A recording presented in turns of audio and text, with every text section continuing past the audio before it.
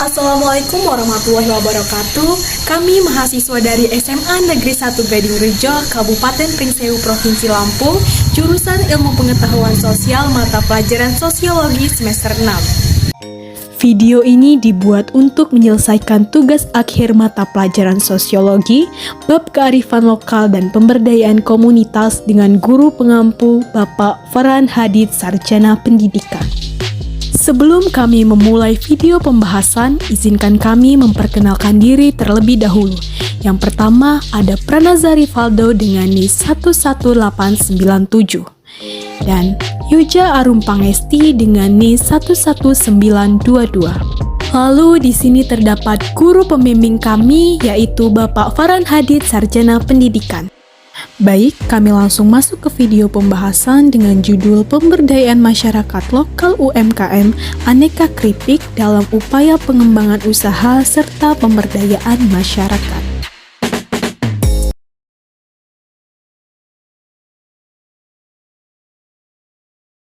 Pemberdayaan merupakan terjemahan dari kata empowerment yang berarti memampukan.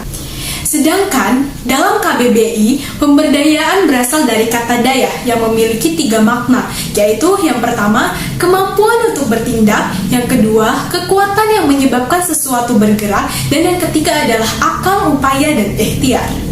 Umumnya, jika kita membicarakan tentang pemberdayaan, terdapat 2 hal pokok yang kita bicarakan. Yang pertama adalah pihak yang memberdayakan dan pihak yang diberdayakan.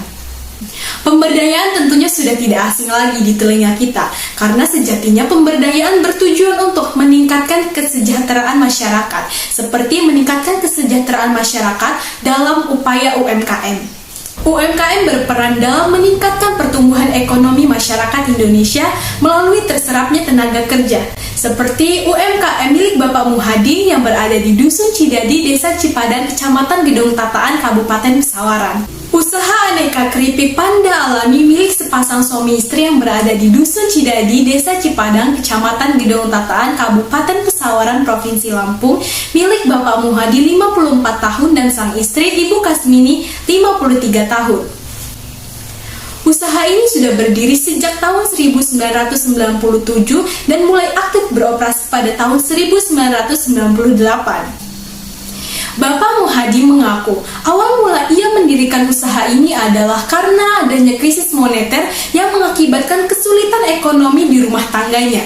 Lalu setelah itu, Bapak Muhadi memiliki ide untuk mengolah sesuatu menjadi sebuah produk yang dapat dijual. Yang kebetulan pada saat itu Bapak Muhadi sedang berprofesi sebagai pemborong rempah-rempah. Awal mula Bapak Muhadi mendirikan usaha ini, ia melakukannya secara mandiri atau secara individu.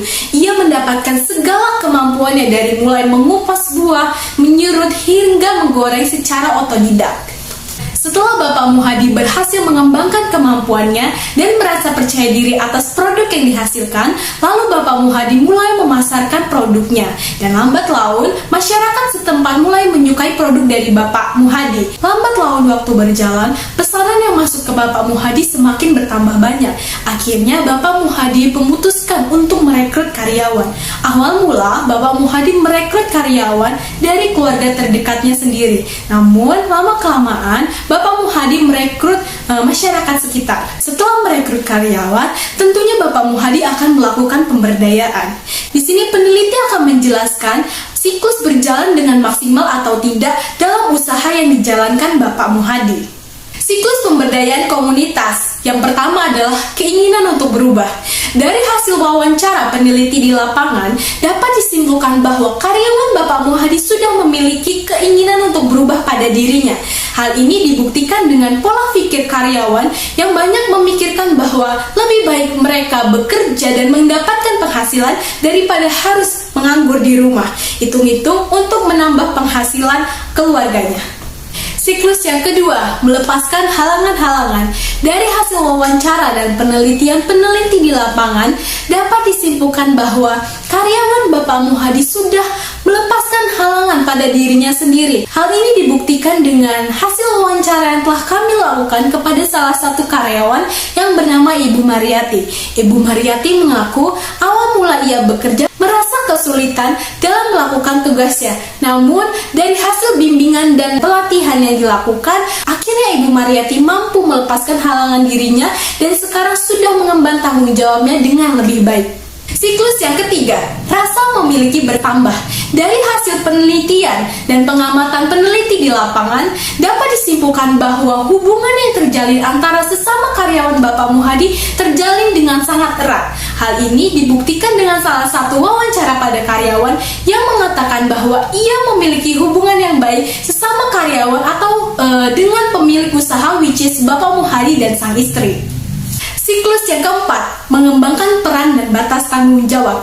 Menurut hasil penelitian, pengamatan, dan hasil wawancara peneliti di lapangan, dapat disimpulkan bahwa para karyawan Bapak Muhadi cukup bertanggung jawab atas tanggung jawab yang diberikan oleh mereka masing-masing.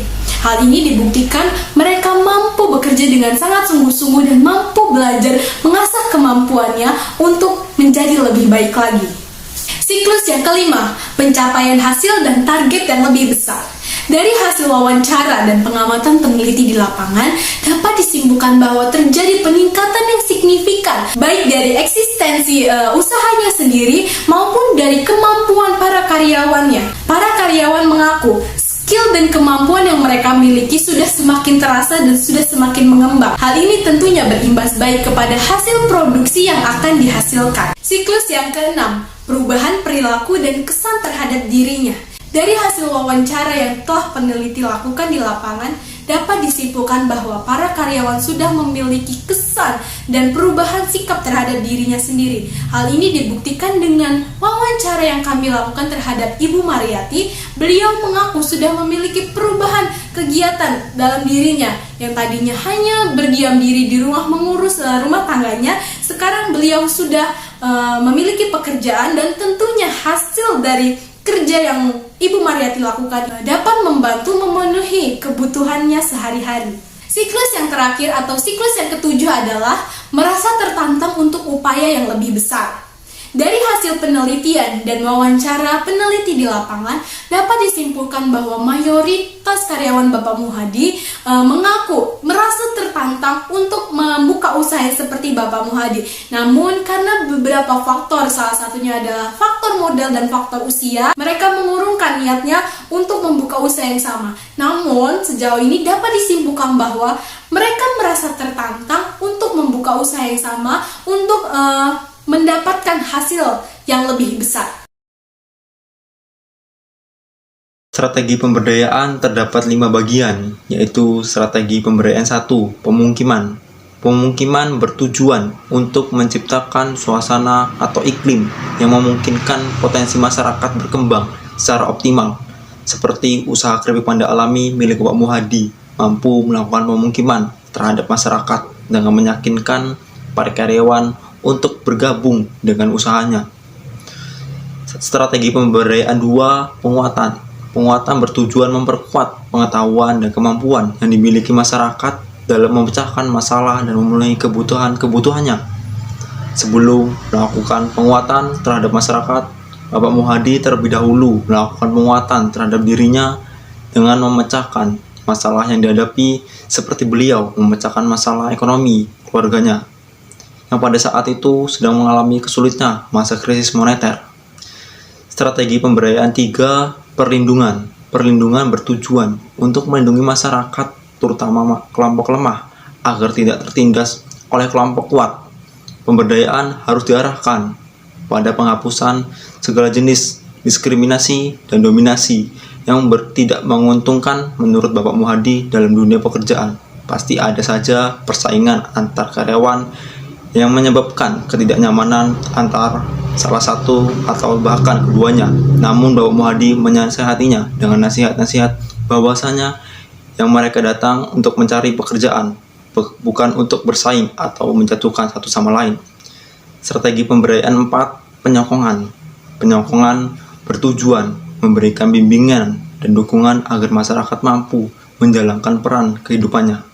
Bapak Muhadi selaku rutin melakukan penyokkongan serta bimbingan kepada karyawan. Hal ini dilakukan Bapak Muhadi untuk selalu meningkatkan kemampuan yang telah dimiliki oleh para karyawan. Bimbingan yang dimaksudkan adalah memberikan kepada karyawan supaya mereka bisa menemukan penyelesaian permasalahan yang dihadapi. Seperti misalnya bimbingan kepada Ibu Mariati, 50 tahun, Bapak Muhadi memberikan bimbingan dan pelatihan bagaimana cara mengupas dan menyerut buah pisang dengan baik kepada Ibu Mariati, hingga Ibu Mariati mampu melaksanakannya. Strategi pemberdayaan 5, pemeliharaan. Pemeliharaan bertujuan untuk memelihara kondusif agar terjadi keseimbangan distribusi kekuasaan antar berbagai kelompok dalam masyarakat. Bapak Muhadi selalu mempentingkan kerukunan para karyawan karena karyawan merupakan poin terpenting dalam menjaga keseimbangan usaha. Tanggapan masyarakat sekitar terkait pemberdayaan.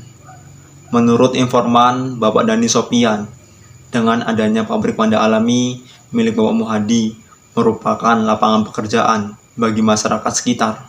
Usaha pabrik panda alami di Desa Cipadang, Dusun Cidadi sudah terkenal keluar daerah, sehingga Desa Cipadang mempunyai salah satu pabrik panda alami. Usaha pabrik panda alami milik Bapak Muhadi terlihat lebih maju daripada tahun sebelumnya dan sudah bertahan lama hingga tahunan sampai sekarang ini.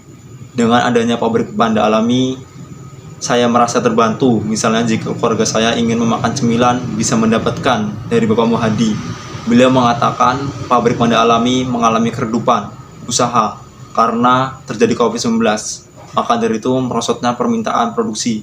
Tak lama COVID-19 sudah mulai mereda, lalu usaha milik Bapak Muhadi kembali bangkit dan kembali beroperasi dengan normal sampai saat ini.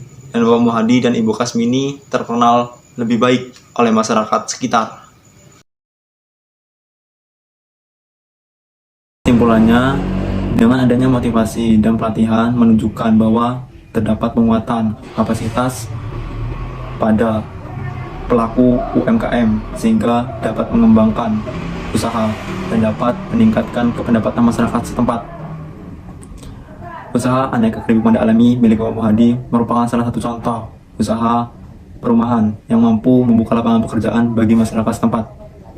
Selain mampu membuka lapangan pekerjaan bagi masyarakat setempat, usaha aneka keripik panda alami juga mampu memberdayakan masyarakat setempat untuk melakukan pelatihan serta bimbingan agar para masyarakat setempat memiliki skill dan kemampuan. Dengan demikian dapat disimpulkan usaha aneka keripik panda alami juga sudah berhasil memberdayakan masyarakat untuk mengembangkan serta meningkatkan generasi muda untuk membangun usaha.